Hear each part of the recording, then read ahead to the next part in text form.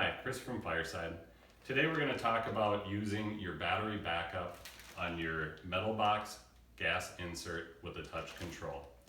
In the event of a power outage, if you'd like to use your fireplace, you will need to use the battery backup. The pack is most likely included in your manual bag. Looks like this, takes 4 AA batteries and has 2 pigtails coming off of it. So take out your battery backup, and to use it you will have to remove the front. The front on this insert comes off by simply lifting up and away from the unit.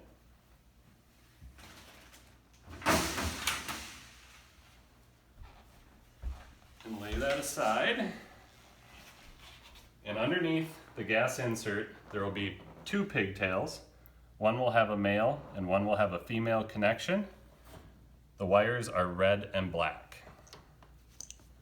The 2 pigtails off the battery pack will match up, and you can't get them wrong because the connectors will only fit in one to the other. Attach those connectors.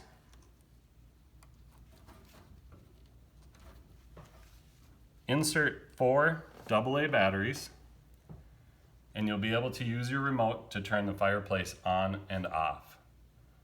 When your power is restored, remove the batteries, disconnect your backup, reinstall your front, and use your insert as normal.